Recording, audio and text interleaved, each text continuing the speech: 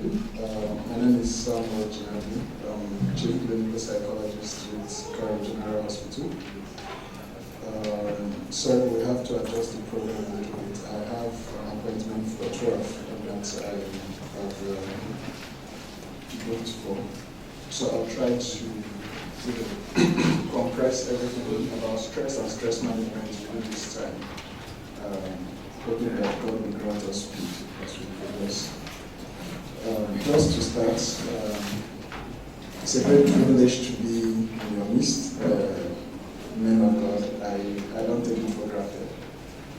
I most of the time sit and get fed by men of God, and now it's time to pass through. So I'm a bit very confused there, so just help me. I will start with a story, and a very interesting story. I work in the psychiatric hospital. So in the psychiatric hospital, you see so many interesting cases. While I was doing my training in Yaba Psychiatric Hospital, if you've been to a psychiatric hospital, it's a very interesting place because when they are bringing patients into the hospital, a lot of the time the patient must have done a lot at home before the family gets fed up and say, you know what, let's go to the psychiatric hospital, let's take him to the hospital. So in Yaba, the emergency room is very busy. But as we are seated trying to attend to patients, a taxi just drove in and they brought in this woman. But before then, we had a lot of patients seated, some calm, some are still trying to settle in and all. And as this taxi drove, you could see the rush, the people sitting in the driver's area, they just rushed down, grab this woman, and they're trying to drag her into the hospital. And the woman was busy shouting, "Leave me alone, don't you know who I am? Leave me alone, don't you know who I am?" They're saying, "Come, let's go." And this is a real life story. It happens almost every day in the psychiatric hospital, like I say. But as she was shouting, they eventually, dragged her into the emergency room. And she was shouting, just constituting nuisance and being restless. So some of the support staff, tried to help the relative of the woman to kind of make her feel calm. And while she was still struggling, one of my colleagues just went and said, "Let them allow her. Madam, who are you? Since you are shouting, don't you know who I am? Who are you?" And she said, "She's Mary, mother of Jesus." And, so for her, she has that privilege to be mother of Jesus, and these people who don't know her, who don't know her words, and this why she said that, a young man that was seated calmly just stood up and went to tap her. "Madam, stop lying. You are not Mary, mother of Jesus, because you are not my mother." Apparently, the reason why they brought him to the hospital is because he has been claiming to be Jesus. So if he sees his mother, this goes to tell us that as men of God, especially in Nigeria and Africa, the traces of mental illness is colored by the cases of mental illness is colored by spirituality a lot of the time. I work in the psychiatric hospital and I can tell you this for a fact. Mental illness is grossly colored by spirituality. You see somebody claiming to be God, somebody hearing God. We have a case of an individual who ran into the gate of Aso Rock, because he was hearing voices, and the voices was telling him that is his resident. They're stopping him from, and this is a real life story, they're stopping him from getting access to his resident. So in the middle of the night, he took his father's jeep, and the father is a very prominent person in the country, even though it has been a very serious case. Ran into the gate, and as I don't know, the security guys, I think they were kind of sleeping, they were not very alert. And as he ran into the gate, when they heard the noise, the man came out with guns and all. And then when he saw them, he now drove and ran away. In the middle of the night, around 1, that's how they started chasing him in Abuja. It was because his dad was probably somebody in the presidency, that's why they allowed the case to just die off. And they eventually brought him to the hospital. Why am I giving all these stories? To help us see that sometimes we see these cases even in our church. You know, mental illness is a medical concern. And I always tell my client and the relative, we are medical practitioners. Mental health practitioners is not antagonistic to spirituality. A lot of the time, even you as a professional, if you are not grounded in the Word of God, you would get taken away by some of these stories or these experiences that people deal with. So today I'm just going to briefly talk about stress management, and mental health, mental well-being. For mental illness, stress is one of the major trigger to mental breakdown. In fact, I saw a patient yesterday, and while she was just telling me all her stories and everything, I just asked her 2 questions, or 1 question. What are your stressors? And she just broke down and started crying. When she was narrating the stories of her stressors to me. She worked in Lagos, stayed in Abuja, married to a prince, and not having a baby, and keep shuffling because she wants to secure her home. So many stressors. Stress is a very significant trigger to mental breakdown. And because of the kind of calling that we have, we are exposed to stressors a lot of the time. Some of us that grew up in church, sometimes the pastorate or the mission house, when you go there, you wonder and you pity how, the lack of privacy and the invasion that these people usually have, these men of God. There's no time to really say you want to, because immediately you want to rest, someone may come in with his own issue, and you don't even have time for yourself. Stress. I'll just go through certain definitions here so that we're able to have context to our discussion. First, I'll look at what mental health is, because a lot of the time, when we talk about mental health, we always look at mental illness. But what exactly is mental health? And I'll take a definition from the WHO. You say, mental health is defined as a state of well-being in which every individual realizes his or her own potential, can cope with the normal stresses of life, can work productively and fruitfully, and is able to contribute to his or her community.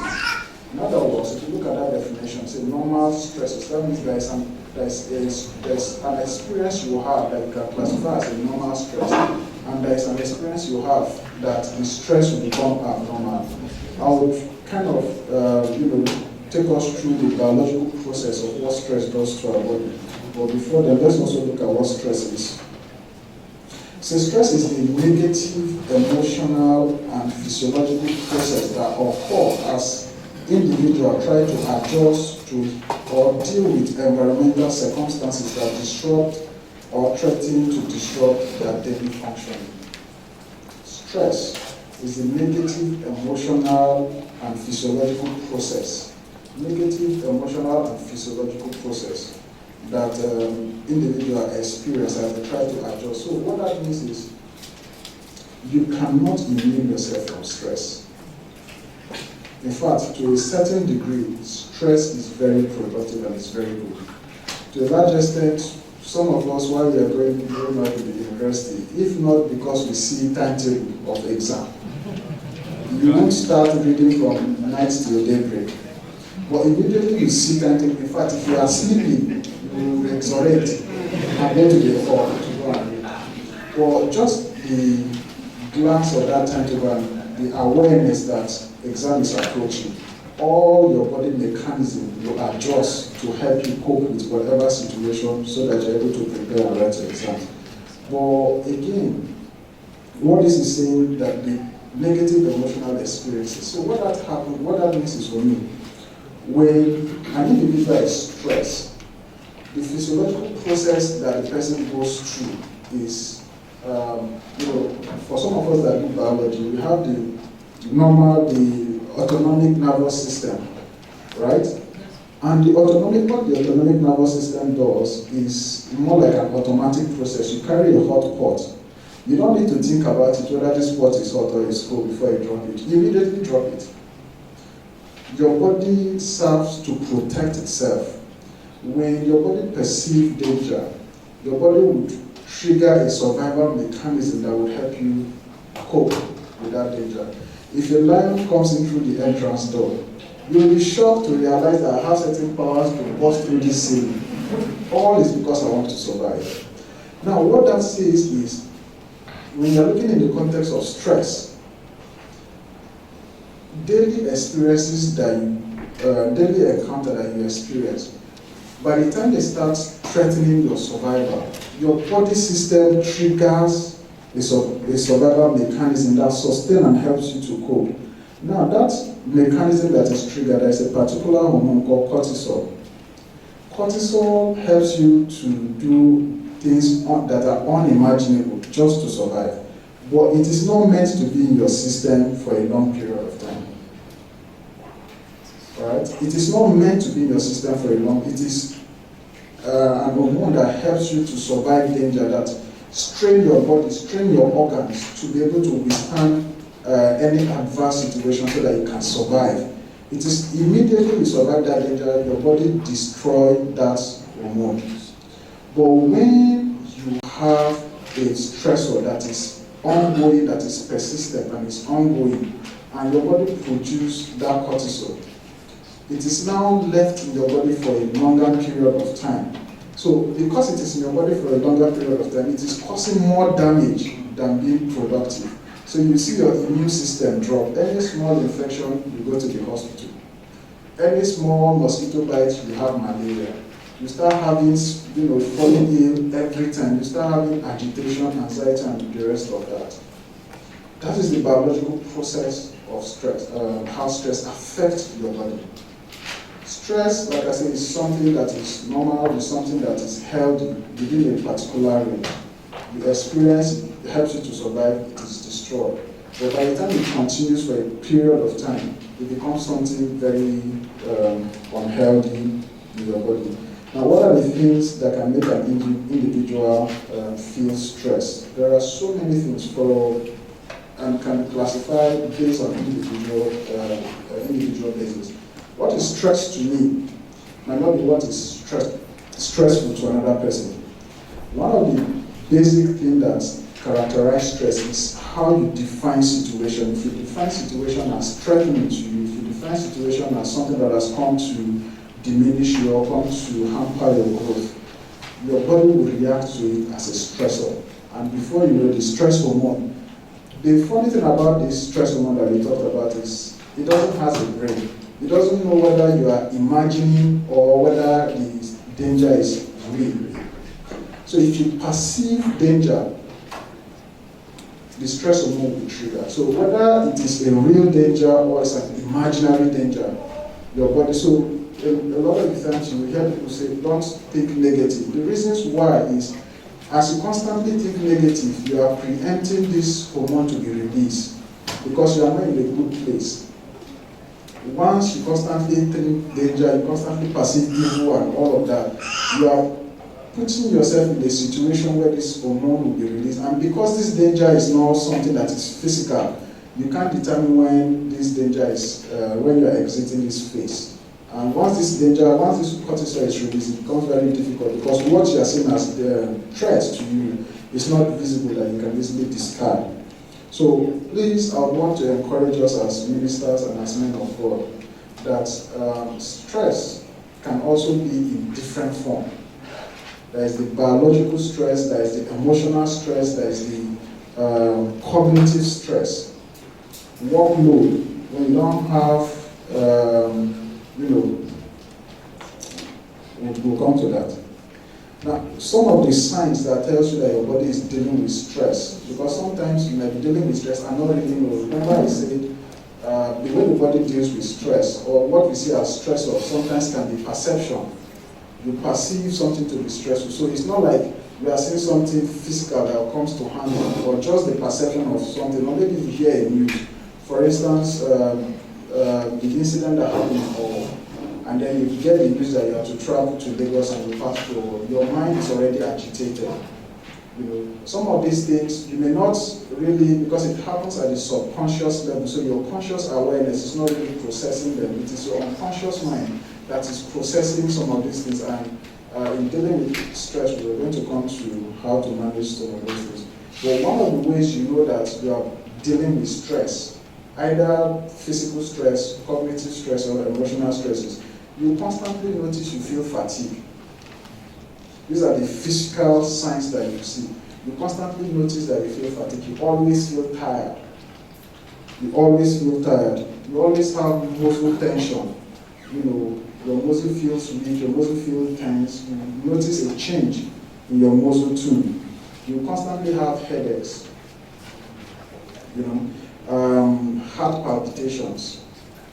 Palpitation is like you can hear your heart beating very fast. You can hear your heart beat. Normally, when you go to work, you don't even pay attention to whether your heart is beating or not, because you have other things your mind is occupied with. But at this time, because you are tense and the evidence of stress is manifesting, you can see your heart, or you can hear your heart beating fast. Sleep difficulties.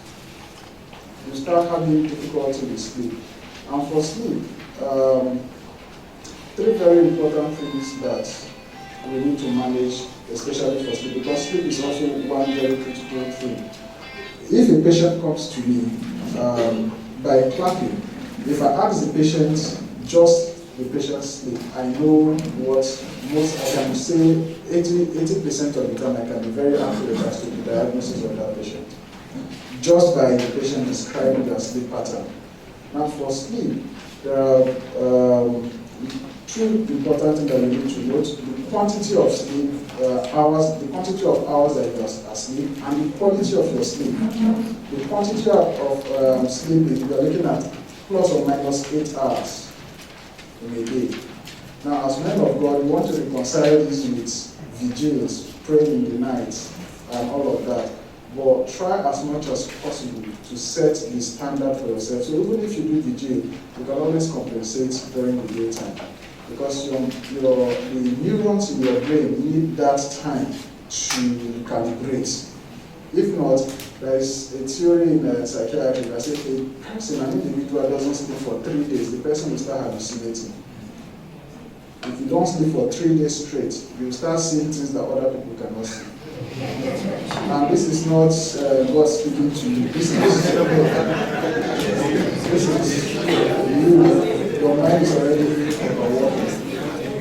So sleep helps you to recalibrate, helps you to restore information and consolidate those information. Sometimes when you sleep, you have a dream that you are leaving the church, and immediately you leave the church, you are finding yourself in your secondary school as a child. It is the brain consolidating information. All right? So let's take our sleep very serious, because sleep is important. 3 things about sleep that we need to, I call it the balance of life.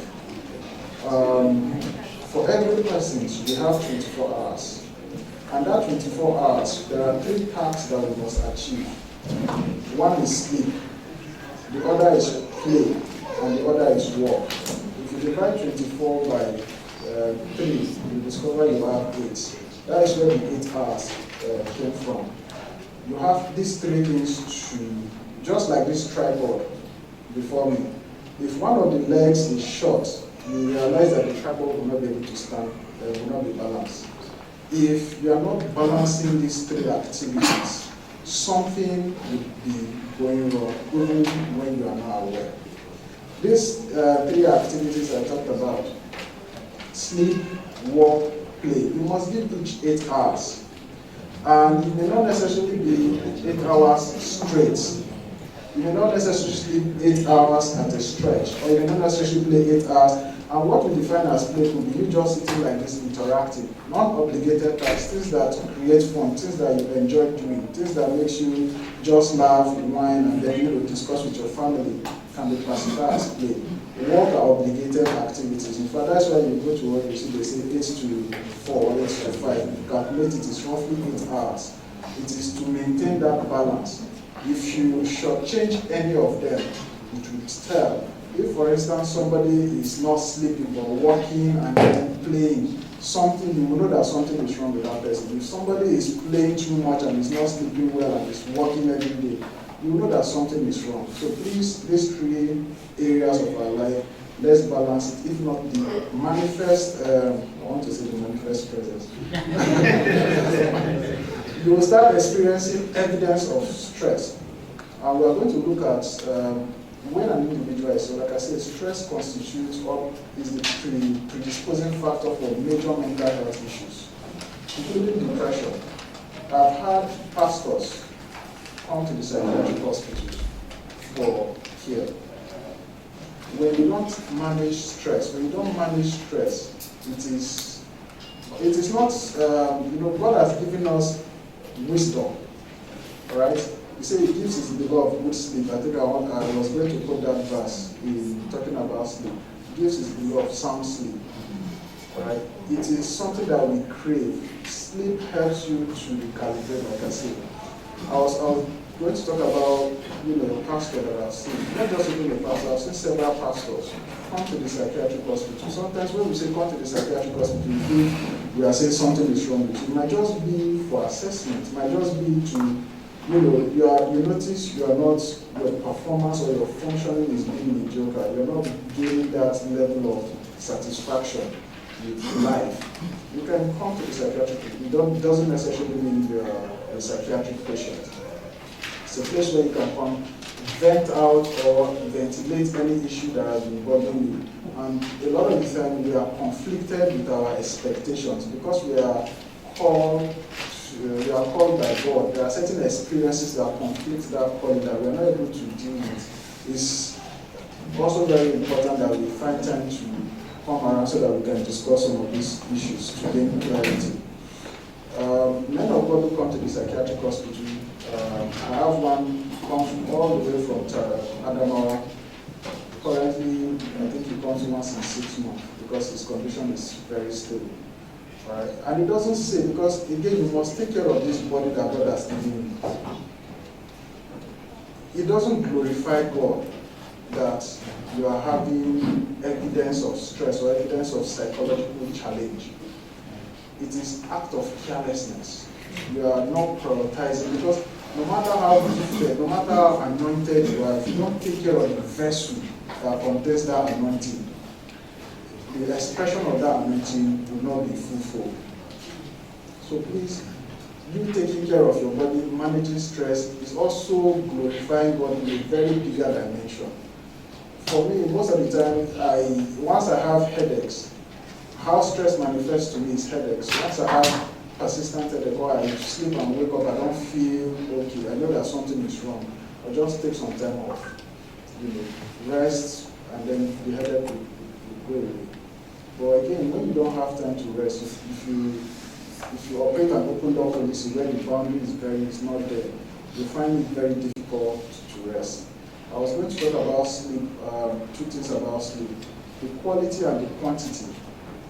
That was where I digressed, talking about 8 hours. Now, the quality of sleep, when you don't have that 8 hours sleep, you realize that sometimes you wake up, you feel this nagging headache. It's like migraine.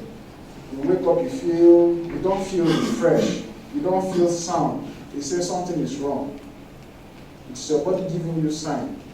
Please take it as important as anything. It's like your car. When something is wrong with your car, you see the alarm coming up. You see something in your dashboard telling you that a sensor is beeping and is picking a problem. That is how headaches pick problem for our body. Once you notice these things, you sleep, you don't feel refreshed. It's your body telling you something is wrong. Pay attention to it. So for sleep, the quality of your sleep, very important, can dictate whether you are stressed or not. The quantity of your sleep can dictate whether you are stressed or not. Okay? The behavioral signs you know that you are dealing with stress or that your body is reacting to stress. You will notice you constantly have what we call absenteeism. Your work performance will reduce. If you're somebody that have a particular office where you report, you constantly want to take time off, maybe sick leave. For some people, we call it presentism. Presentism is the reverse, or is a dimension of absenteeism, where because you don't want to lose your job, you go to the office, but you're not able to do anything. You just push yourself to the office, but you're not being productive. Absenteeism is actually not even going to the office. So once you notice this, either of these two or any both of them is something that is very important that you take note. Again, you also notice aggression. Aggression can be both physical or verbal. When you notice that tendency for aggression, is something that, again, can tell you that you are dealing with stress. You may say, as men of God, it's not acting, but sometimes it is your body manifesting some of these things as evidence of stress. You also notice diminished creativity. Your creative intellect, your creative energy would reduce as you deal with stress. A drop in work performance. Problem with interpersonal relationship. Problem with interpersonal relationship. You become very cynical, you become, very defensive, your interpersonal relationship starts suffering. You also notice mood swings, possible irritability. Small things, you easily get angry, you take things to the extreme. These are all evidence behavioral evidence of stress. You also notice impatience. You get impatient easily, and you get disinterested. Sometimes you even don't want to interact with people. You get isolated. All right? In the spiritual angle, some of the things that you will notice, you start feeling lost of direction or purpose. You start feeling lost, you start questioning, you start having existential crisis, identity crisis, like Pastor was saying. Not being comfortable with your own self, with how you do your own things, how you used to do your own things. You start feeling there's this sense of emptiness. And sometimes you feel being punished by God. You will also notice apathy. Apathy is disinterest. You don't have interest to do anything. You're not participating in any activities. And then you also notice crisis of faith. Alright? Some of the mental health conditions that stress can trigger includes depression. Depression is one of the highest, it's one of the leading causes of suicide. And when an individual is depressed, how do you know? You notice some of these things I've mentioned. But three very important things that you should note for individuals who is depressed, not just for you as a person, but also for your congregants. Some of the things you know is lack of undue sadness, always being moody, unhappy, the person is always sad. Very critical. When you see that, and then the person complains of lack of interest, things that maybe somebody who need worship, all of a sudden doesn't even come for rehearsals. Or somebody who is very active in church, all of a sudden the person just draw back and become very uninterested. Or the third thing again is reduced energy. The person is always complaining of tiredness. Remember we talked about tiredness and fatigue.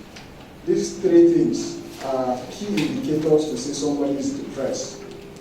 Alongside change in appetite, sleep problem, the other things that you can get it, they are all saying that an individual is depressed. Another condition that stress can trigger is anxiety or panic attack. You just feel unnecessarily worried. You fear that something bad is going to happen. And because of that, you start preparing yourself, bracing up for action. How do you know? You start having palpitation, you are restless, you can't concentrate, sleep, you can't sleep very well. All these anxiety symptoms is pointing to the fact that stress is going on. Some of the other thing that stress can trigger is psychosis. Now, psychosis is very interesting, especially in the church, because when an individual is psychotic, the individual may hallucinate. Hallucination is when you are hearing strange voice. Somebody in the church can come and say, God is talking to me about something. In the church, it might seem okay and acceptable, but if you say that in a psychiatric hospital, you are a patient. The same behavior but different interpretation. It tells you context. The importance of context. When an individual lost context to expressing their behavior, that something is wrong. Alright? For psychosis, hallucination is there. Some people have very strange beliefs. Very strange belief. I have a patient that told me that she left her school in Cotonou and she didn't pay her house rent and everything, and she came to Nigeria. She was having breakdown before she left. And so every time in the world you see her, she doesn't come out in the afternoon. And if you force her to come out in the afternoon, she will rush to come and do whatever she is going to do, and then she will rush back. And we noticed that, so it became very interesting. I asked her. And what she said is her landlady fixed camera in the sun to be monitoring her. So she doesn't want her landlady to know where she is. No matter what you say to this lady, her that belief is not shaking. That is what she believes. Very firm, strength belief that is not in keeping with her level of education. You know, I have a young man who is a Korean boy. Said he's the son of the chancellor in Germany.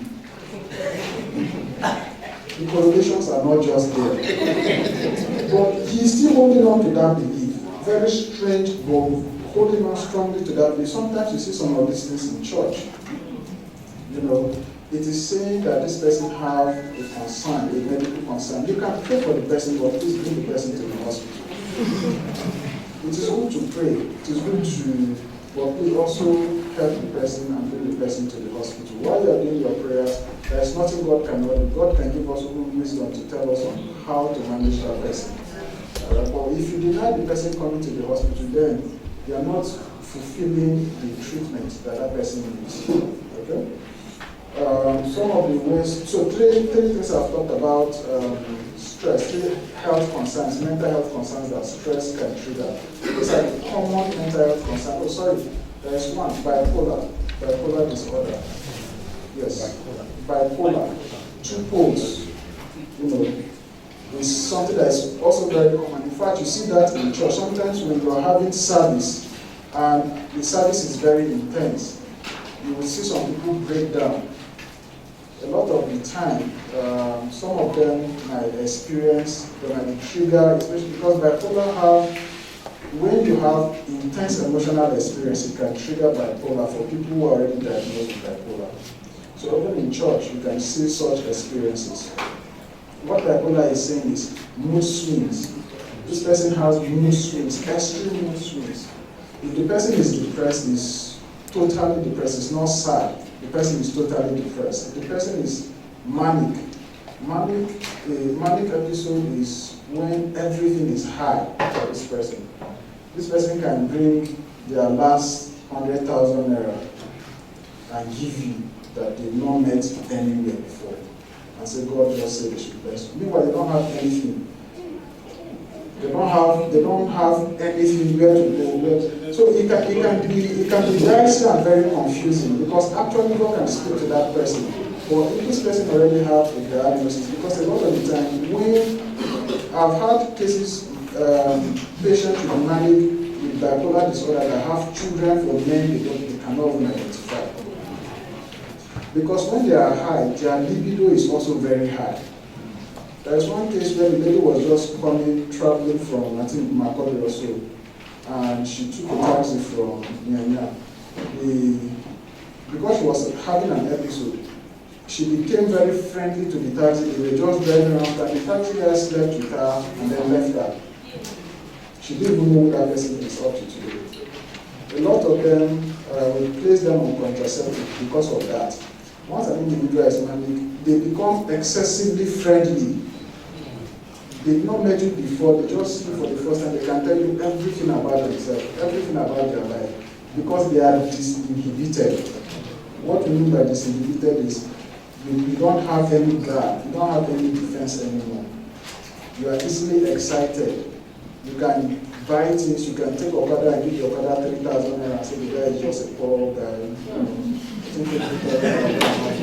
Meanwhile, you that you're giving 3,000, you don't have 5,000 naira in your account.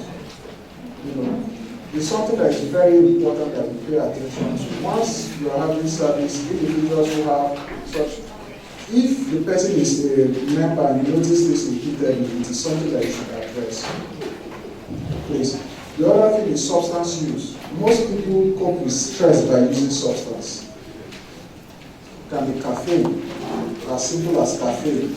You cope with stress because you have something to do at night, you don't want to sleep. It can be very addictive, and that can disrupt your sleep cycle.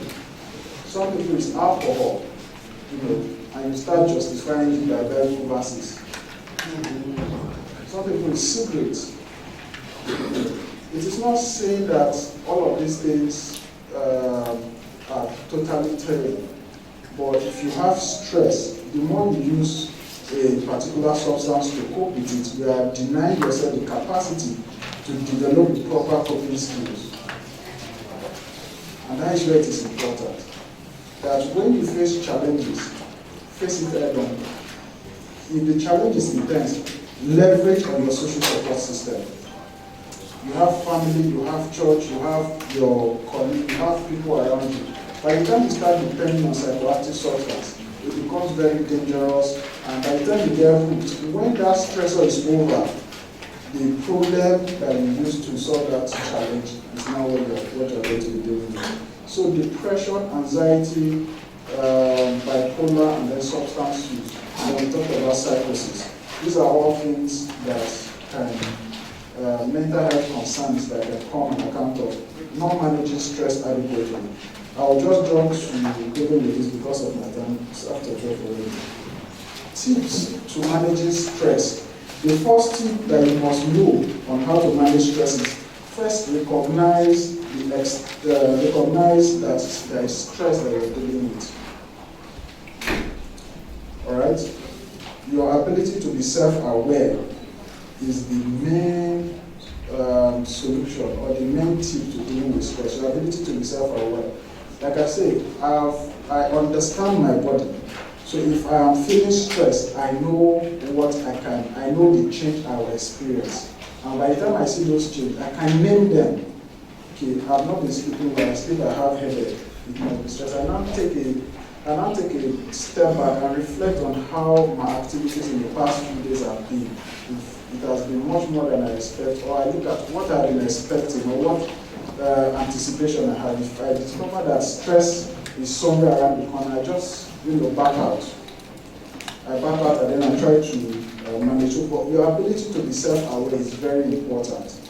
If you are not self-aware of the signs of stress, it can go unnoticed until it starts causing havoc for you. And by that time, it might be late. So being self-aware is very important. So you must understand your body. You must understand the signs that your body is telling you. We've talked about sleep. Healthy eating habits is also very important. Sometimes because you are awkwardly mobile persons, you don't really have time to rest. You are eating snacks, junk food, and all of that. Not very healthy. Other thing that you can do again is exercise. Exercise. How much and how regular do you exercise? Very, very important. All right. Socialize and connect with others. It's not everything that is official. It's not everything that you must, be serious about.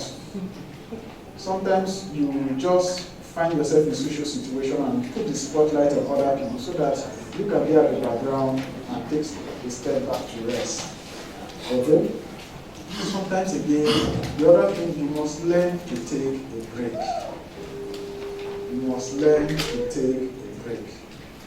If you break down, the work will continue. Take a break so you don't break down. Because if you break down, the work will continue. But it is very important that you fulfill mandates. So you must learn to nurture your body by taking a break. Like I said, eat healthy, drink healthy. It's good to see that we have water here. So I prefer taking water than carbonated drink. The other thing you can do is, like I said, relax, practice good sleeping habits. In this, I'll just give us a little bit some tip about sleep hygiene. That's what we call sleep hygiene. Sleep hygiene helps you to create a conducive environment to have quality sleep. Because even if you have the quantity of your sleep is not great, but you have quality, it's qualitative, it is okay. So you may not have 8 hours sleep like we talked about, but the 6 hours sleep that you have, if it is qualitative, it can suffice. What makes your sleep qualitative? First is you must have regular time you sleep and regular time you wake up. The first thing about sleep hygiene, having regular time you go to bed and then regular time you wake up. Alright? The second thing is you must keep all electronic gadgets away from you. Some of us who want to sleep, it is that kind of way Twitter, Facebook, WhatsApp. If you understand the value of sleep and you need to protect your mental health, you will practice some of these things. Some of the illnesses that we have, they are just, the preventive measures are very, very cheap. But because we are now down in those illnesses, we are spending so much to treat. Meanwhile, simple things that we would have done to prevent some of these things. So please, for sleep hygiene, put all at least 1 hour before you go to bed, so that your eyes, even if it is television, your phone, your eyes can acclimatize to a sleep condition. Okay? Your room should be, especially your bed, should be left for sleep. For those who are married, sleep and intimate activities with your spouse. Alright? For those who are married. But for those who are not married, it should be solely for sleep, so that your brain is conditioned to sleep in any time you fall on the bed. It's not, your bed is not a place where you should carry your phone. While you lie down, you carry your phone and you're pressing, or your laptop on the bed, or you're reading newspaper. No.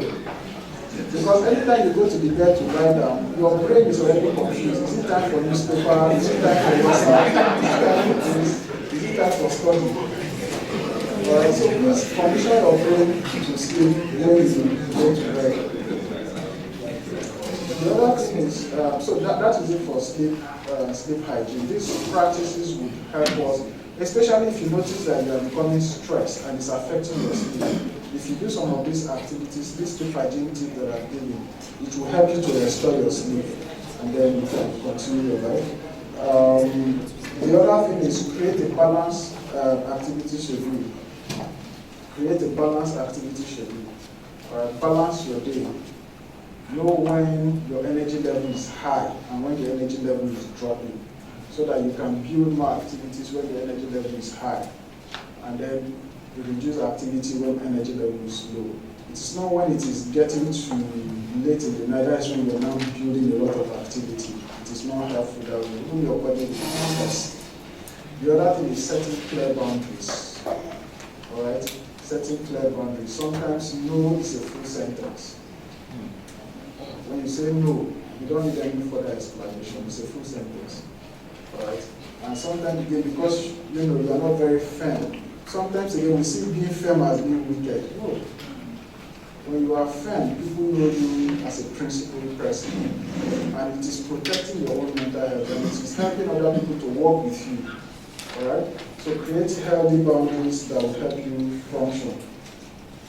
I think I'll just take a step here and allow questions or comments before I take my leave. Thank you very much.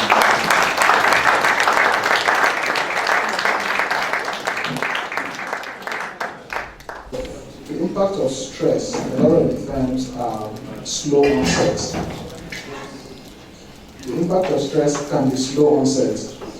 There are some things that you are able to stop. There are some things that you need to adjust your body to. Again, it depends on the individual. All right? You take an assessment of your body, take an assessment of what that thing is serving for you. If you stop, will it cause disruption in other activities, in other things that you are doing? Is there other coping mechanism that is healthy that will serve the interim while you are stopping whatever it is that is stressing you? However, it is you taking an inventory of yourself and taking a note on what is it that you plan to stop, what is the impact, what is the importance, we call it insight. If you're not sleeping healthy and you're finding it difficult to sleep early, it is something that sometimes may take a gradual process, all right? Because you sleep and then you wake up in the middle of the night, you're not able to go back to sleep, you know. So sometimes it can take a gradual process. For some, you might need professional support.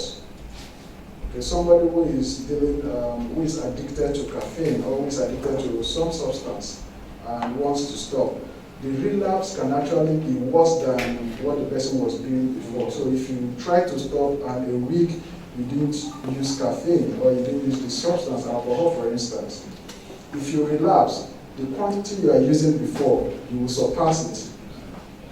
You know, because again there's withdrawal. There's what we call withdrawal effect. When you stop a substance, the withdrawal effect will build. You start feeling sick, you start feeling discomfort and all of that.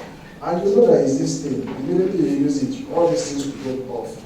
You will go back, and when you go back, you increase the quantity. So sometimes you might need professional support.